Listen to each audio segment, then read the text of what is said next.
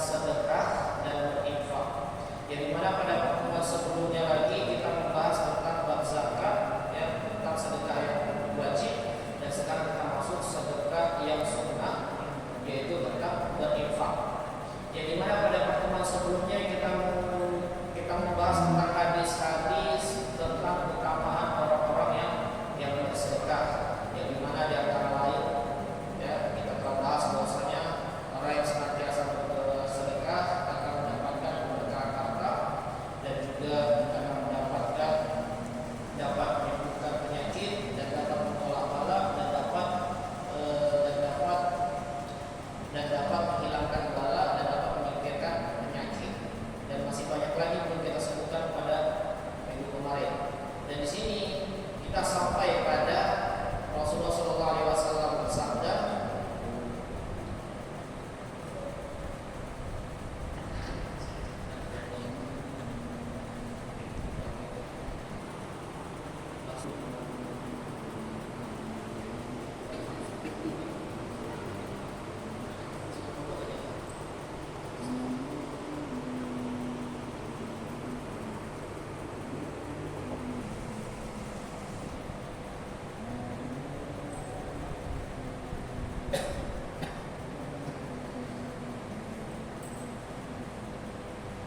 sampai di hadis Rasulullah SAW, ya ibni Adam, innaka in tabzil fadla khairul laka wa in tamassuhu syarrul laka wa la tulamu ala tafafin waqda biman ta'ulu wal yadu khairul biyadis. Di sini pada pertemuan sebelumnya kita masih membahas tentang keutamaan orang yang senantiasa bersedekah, di mana beliau di sini mengutip sebuah hadis dan diriwayatkannya Rasulullah SAW bersabda, ya ibni Adam, wahai anak Adam, yaitu wahai manusia, innaka in tabdil fadla khairul laka, ketika engkau mengeluarkan sebagian harta yang lebih dari yang engkau miliki, maka sesungguhnya itu adalah lebih baik. Wa in tamassuhu syarrul laka, dan apabila engkau menahan untuk mengeluarkan, tidak bersedekah dari harta yang lebih, maka harta tersebut bisa menjadi penyakit. Wala tulamu ala kafafin. Begitu juga hadirin rahimahullah, Rasulullah SAW juga menjelaskan, kalau harta kita bercukupan, artinya apa? Tidak lebih, artinya bercukupan, maka wala tulamu, artinya apa? Tidak dicela, tidak juga tidak apa-apa ketika tidak mengeluarkan sedekah. Wabda biman ta'ulu, tetapi tetap dianjurkan untuk mengeluarkan, tetapi dimulai daripada biman ta'ulu, yang engkau diwajibkan menafkahi. Artinya apa, Pak? Ya, ketika memiliki harta berkecukupan, tetap juga kita dianjurkan untuk bersedekah dan mulai dari orang-orang yang kita diwajibkan untuk memberi nafkah. Wa yadul ya khairul yadusufla, dan tangan di atas lebih baik daripada tangan di bawah. Di sini artinya Rasulullah SAW ingin memberikan kepada kita, ya, mengisyaratkan kepada kita sebisa mungkin, walaupun harta berkecukupan, jangan sampai kita menjadi orang-orang yang meminta-minta. Qultu arada alaihi salatu wassalam bi bazli fadli minal ma. Di sini Rasulullah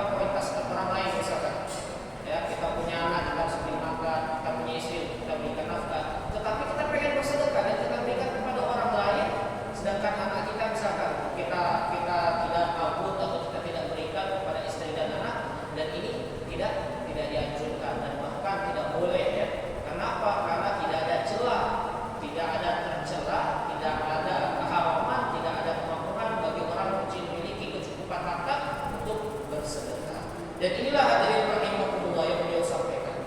Dan apa yang beliau sampaikan di sini hadirin rahimahumullah berdasarkan memang sebuah bagaimana para sahabat Rasulullah SAW ketika mereka dicap sebagai ahli surga, ketika mereka dicap sebagai orang penghuni surga yang dikabarkan sebagai penghuni surga sebelum mereka wafat, karena mereka memiliki keyakinan yang sangat luar biasa, memiliki keyakinan kepada Allah dan Rasulnya sangat luar biasa.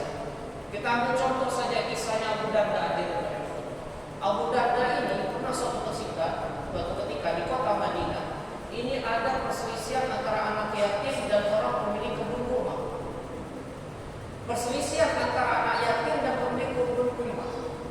Perselisihan tersebut ternyata ada satu pohon kurma yang tumbuh di antara tanah pemilik kebun sama tanahnya anak yatim.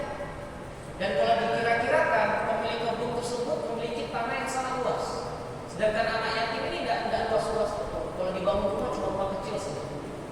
Tetapi apa diperselisihkan sama orang yang punya kebun tersebut. Akhirnya apa diadukan sama Rasulullah SAW. Kemudian Rasulullah SAW sampaikan kepada tukang kebun tersebut yang punya kebun, sampaikan, kalau kau sedekahkan satu pohonmu ini untuk anak yatim tersebut, maka Allah Subhanahu Wa Taala akan gantikan di surga satu pohon di surga. Satu pohon di surga. Tapi ternyata tidak mau juga Pak. Zaman Rasul.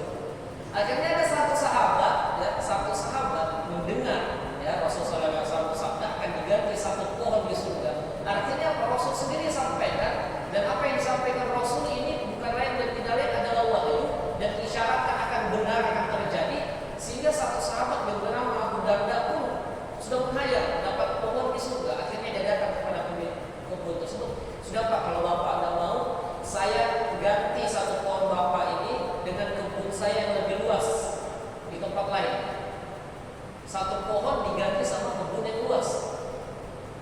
Kira-kira ada nggak mau seperti itu? Tukang kebun tersebut, artinya pemilik kebun tersebut langsung diisyaratkan seperti itu, langsung mau loh Pak, satu pohon diganti dengan 1 hektar kebun misalnya. Langsung mau.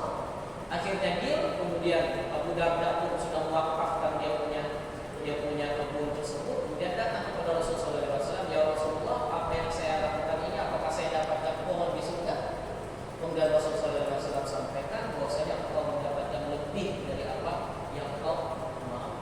Kemudian Abu Darda kembali ke kebun yang sudah didealkan sama pemilik kebun tersebut. Ternyata istri dan anaknya ada di kebun, karena itu kebun tersebut bukan miliknya sudah, karena sudah diwakafkan Allah Subhanahu Wa Taala. Kemudian dia panggil istrinya melalui luar kebun, untuk panggil. Dan istrinya pun ketika diberitahu hadirin rahimahumullah juga nurut. Apa kata istri beliau? Beliau katakan bapak Rabiha Abu Darda telah memiliki keuntungan sangat besar. Artinya apa? Para sahabat, sekelas sahabat yang memiliki keyakinan yang sangat luar biasa pada Allah dan Rasulnya ini, sehingga apa? Amal mereka ini tidak bisa dibandingkan dengan kita. Makanya dia jadi heran kok ada orang Arab sedekahkan hartanya semua, karena level sama. Makanya Rasulullah SAW sampaikan mereka ini di surga. Artinya apa? Untuk mendapatkan surga itu butuh amal yang sangat luar biasa. Makanya para ulama sampaikan dalam riwayat sebuah hadis bahwasanya Rasulullah SAW bersabda, seandainya kita punya amal sebesar gunung, dan gunung tersebut tidak bisa mengalahkan amalnya para sahabat. Karena memang ada memiliki keyakinan sangat luar biasa. Sehingga Rasulullah SAW pun mengibaratkan para sahabatnya, ente di surga. Dan inilah hadirin rahimahumullah, sebagaimana dalam satu kitab disebutkan ada ulama di zaman Abbasiyah namanya Al-Asma'i. Imam Al-Asma'i ini adalah ulama bahasa dan sastra dan paham tentang Al-Quran. Jadi suatu ketika beliau ini berpapasan dengan orang Badui. Orang Badui ini orang yang tidak sekolah, tinggalnya di hutan dan jarang tersentuh dengan ajaran-ajaran Islam dan lain sebagainya. Orang istilahnya orang-orang kampung lagi. Suatu ketika berpapasan dengan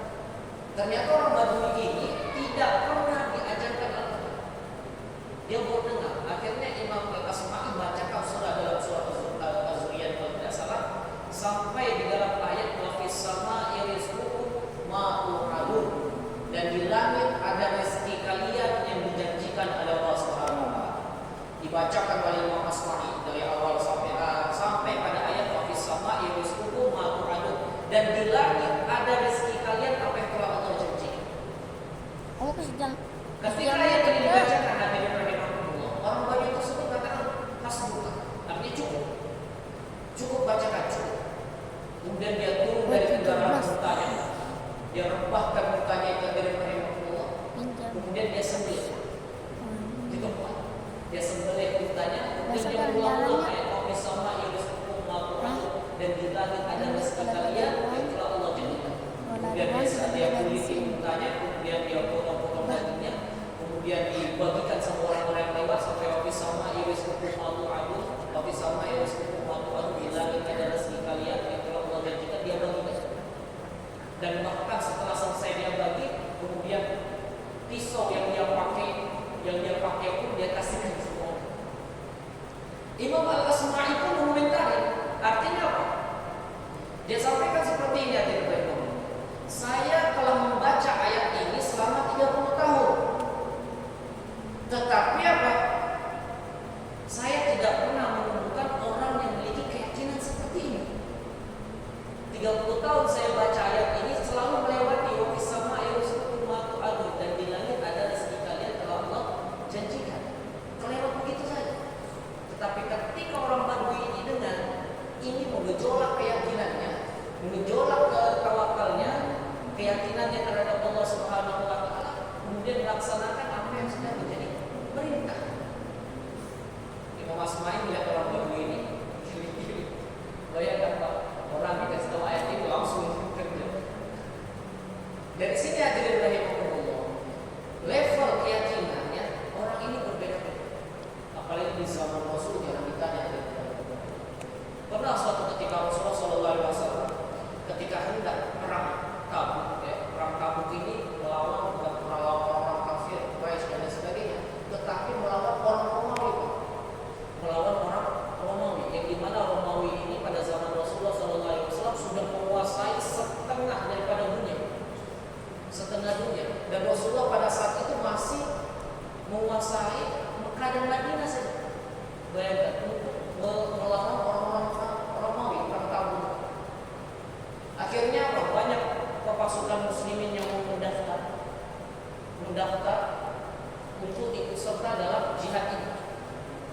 Kemudian karena banyak pasukan muslimin ikut berjihad, persenjataan muslim pun kurang, kendaraan kurang, karena perjalanan Tabuk ini perjalanan sangat jauh. Belum lagi musim panas, butuh kendaraan dan sebagainya. Akhirnya Rasulullah SAW naik dengan mimbar, kemudian menyampaikan tentang fadilah orang yang bersedekah, termasuk hadis-hadis yang kita sebutkan pada sebelumnya. Rasulullah sampaikan, barang siapa yang bersedekah walaupun hanya dengan makanan, walaupun hanya dengan pakaian, walaupun hanya dengan ini dengan itu, Allah Subhanahu wa taala akan balas. Rasulullah SAW akan di atas kedua, kemudian ada satu orang sahabat dari golongan Ansor yang peka terhadap sabda Rasul tersebut. Akhirnya dia pulang. Ini kan kita bercerita tentang bagaimana keyakinan para sahabat. Pulang, dia ambil hartanya, dan bahkan di dalam riwayat itu dia mengangkat hartanya tersebut terlatih-latih. Kemudian belum Rasulullah SAW selesai dari khutbahnya dari mimbarnya, dia sudah pulang, terus dia ambil, kemudian perlihatkan pada Rasulullah SAW, ini saya sedekahkan untuk pasukan muslimin. Kemudian Rasulullah SAW bersabda, man sanna sunnatan hasanatan falahu ajrun mislu fa'ili. Kemudian Rasulullah SAW bersabda, bahwa siapa yang mengerjakan satu sunnah kebaikan, kemudian kebaikan tersebut diikuti sama orang lain, maka dia akan mendapatkan pahala seperti orang yang mengerjakan.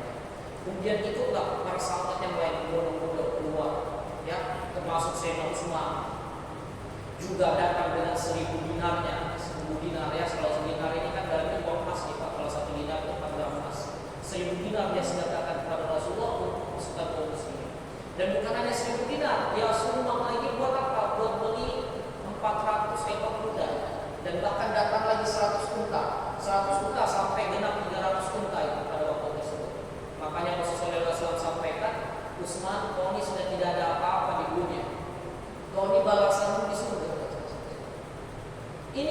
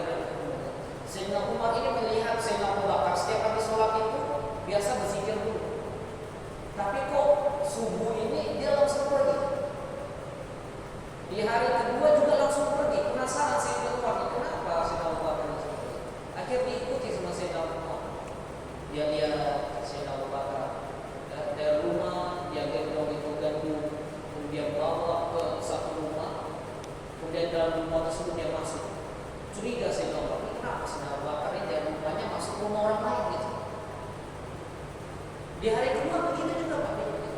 Akhirnya dia penasaran, ini bahaya nih kalau fitnah nanti bahaya. Akhirnya dia masuk ke rumah yang ditutusin Allah. Ternyata di dalam rumah itu Pak, ya, di dalam rumah tersebut ada nenek-nenek juga, ya, yang sudah tidak bisa jalan, tidak bisa membuat apa-apa. Akhirnya ditanya, "Nek, ngapain anak ada orang tadi masuk sini?" "Oh, tiap hari dia datang bersihkan rumah saya. Tiap hari dia datang masakkan kami. Tiap hari dia datang untuk suap kami makan," katanya. Dengar kayak gitu Sayyidina Umar menangis. Jadi ketika Sayyidina Abu Bakar meninggal, ternyata Sayyidina Umar ini meneruskan apa yang dilakukan Sayyidina Abu Bakar. Meneruskan Sayyidina Abu Bakar lakukan. Ketika tidak melaksanakan apa yang Sayyidina Abu Bakar lakukan, akhirnya dia ikuti. Dia masuk ke rumah tersebut, dia bersih-bersih, dia isi airnya, isi uapnya, dia masakkan, dan bahkan disuap untuk disuap. Ketika disuap, hadirin rahimahullah, nenek-nenek itu tahu, mana temanmu tuh meninggal kok sudah katanya. Sayyidina Abu Bakar ditanya, "Kok nenek tahu?" katanya. "Iya tahu. Soalnya temanmu itu kalau dia suap saya, dia selalu buka kulitnya, kemudian dibuang bijinya. Kalau kamu ini enggak, kamu masih kasih simak saja kalau biji-biji."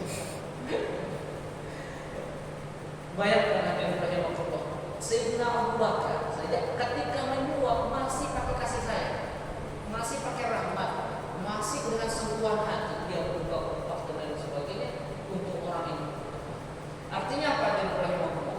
Dari kisah ini, ya, mengapa Abu Jahal, Abu Lahab ini, ya, susah sekali masuk Islam? Padahal kenal Nabi dari kecil sampai besar, sudah lihat mukjizat Nabi dari kecil sampai besar, dan bahkan sudah dibacakan ratusan ayat dan hadis Nabi Muhammad SAW. Tapi kok tidak juga masuk Islam?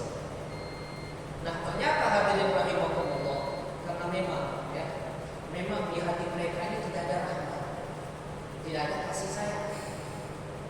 Makanya itu kalau kita baca Al-Ma'un hadirin rahimahullah dalam surah Al-Ma'un itu kan, "Ara'aita alladzi yukadzibu bid-din, alladziina ara'aita alladzi yukadzibu bid-din, fadzalika alladzi yad'ul yatim." Itu orang-orang yang suka mengkerdilkan agama.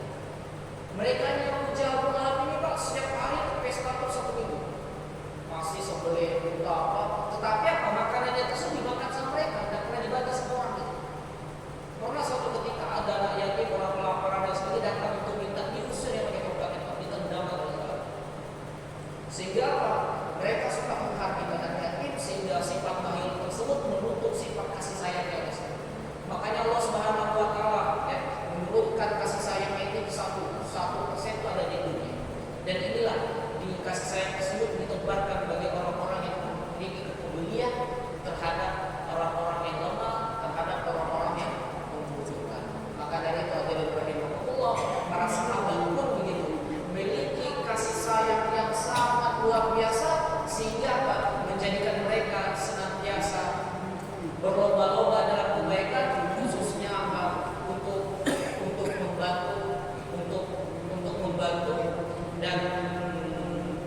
membantu dan menolong orang-orang yang ada di bawah mereka.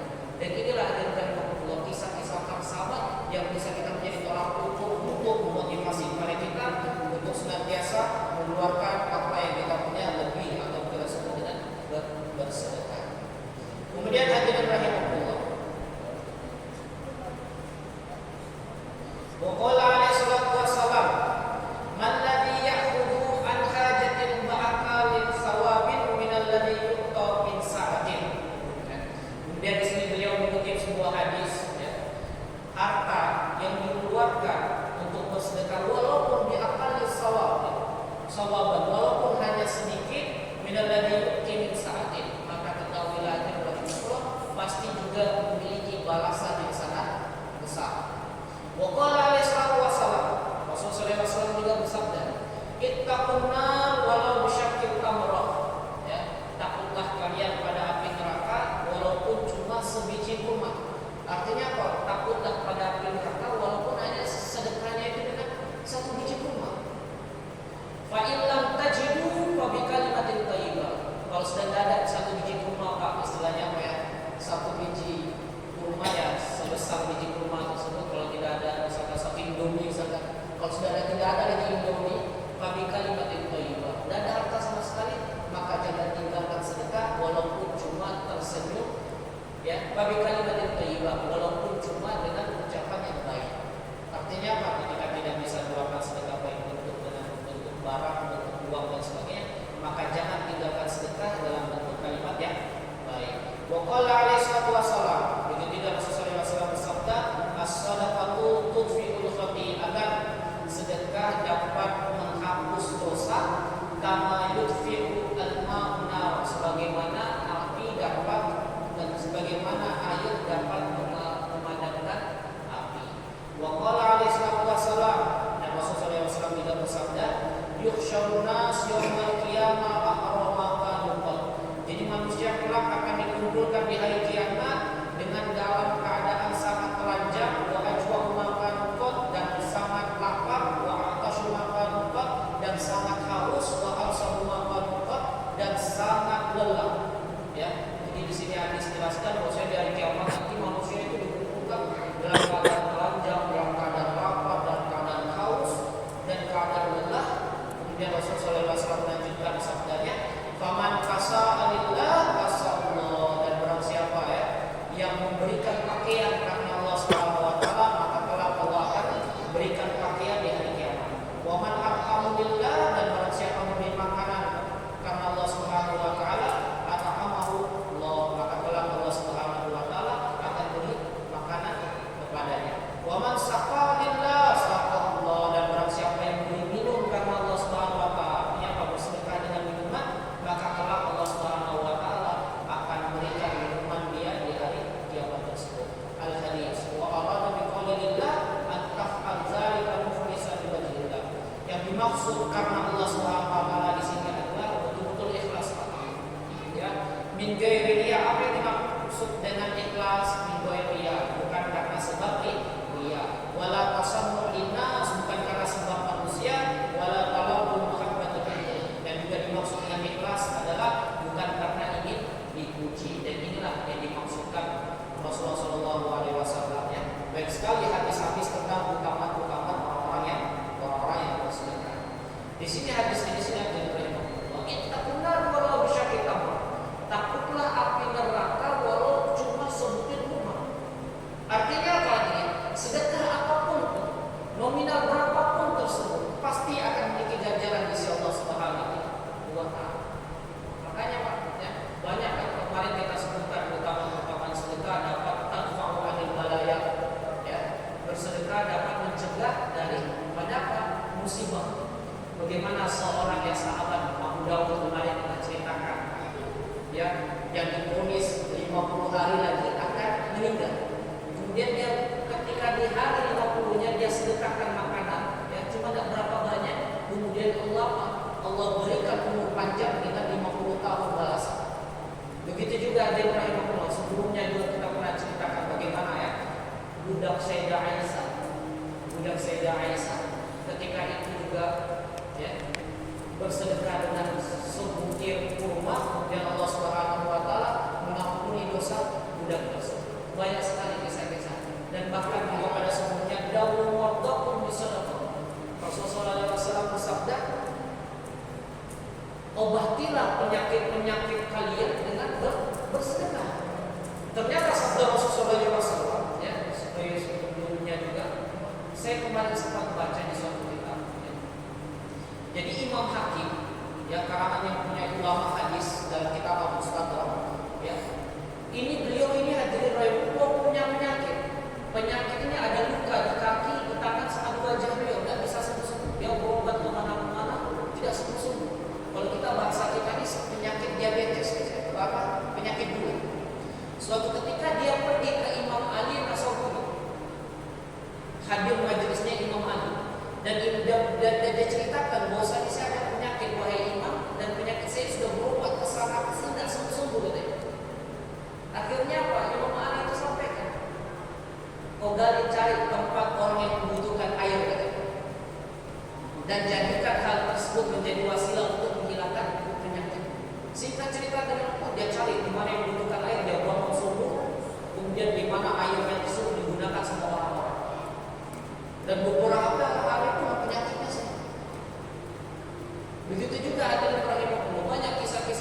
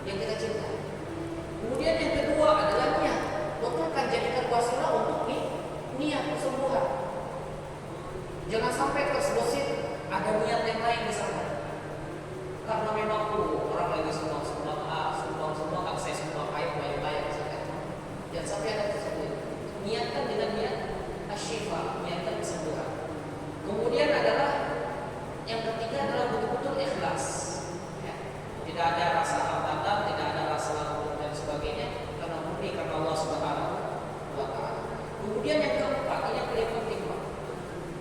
Ketika bersedekah dan sedekah ini menjadi wasilah kita untuk kesembuhan, sebisa mungkin yang dikasih itu orang bertakwa. Artinya apa? Bukan hanya sekedar orang-orang kita bukan di jalan kita tapi tidak sembahyang,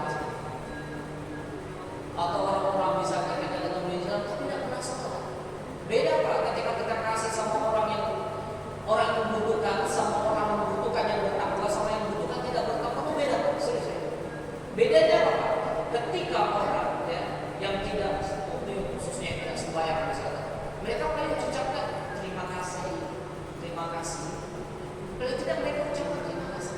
Tetapi ketika kita berikan sama orang yang bertakwa, ada orang membutuhkan misalkan, kemudian kita berikan, dan kebetulan dia rajin sembahyang misalkan, rajin sholat dan yang sebagainya, ini sudah ditanya Pak, doanya panjang misalnya. Doanya Pak, panjang. Makanya ini kadang kita tuh salah sasaran, biasa sedekah kita tuh salah sasaran. Makanya cari tempat yang memang betul-betul yang dimana pemberian kita itu digunakan semaksimal mungkin dan kalau bisa menjadi sarana dia untuk mendekatkan diri kepada Allah Subhanahu wa Ta'ala. Kemudian yang terakhir jangan sampai sedekah ini menjadi sekali saja. Artinya apa? Ketika sakit saja kita sedekah. Sebisa mungkin ketika bertawasul bertawasul dengan sedekah tersebut menjadikan kita dermawan. Artinya apa?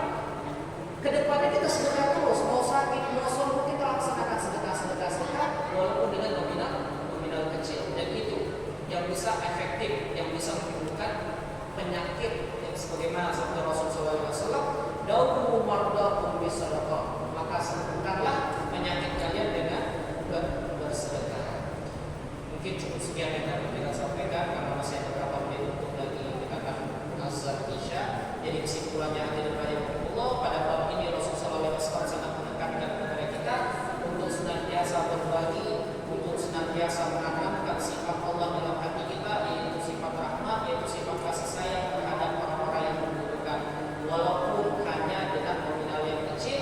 Apabila tidak ada nominal, boleh dengan senyum, boleh dengan kalimat yang baik. Mudah-mudahan apa yang kita sampaikan pada hari ini dapat memotivasi kepada kita semua untuk senantiasa menambahkan kasih sayang di antara kita. Kita baca kafatul majlis, subhanallah wa bihamdihi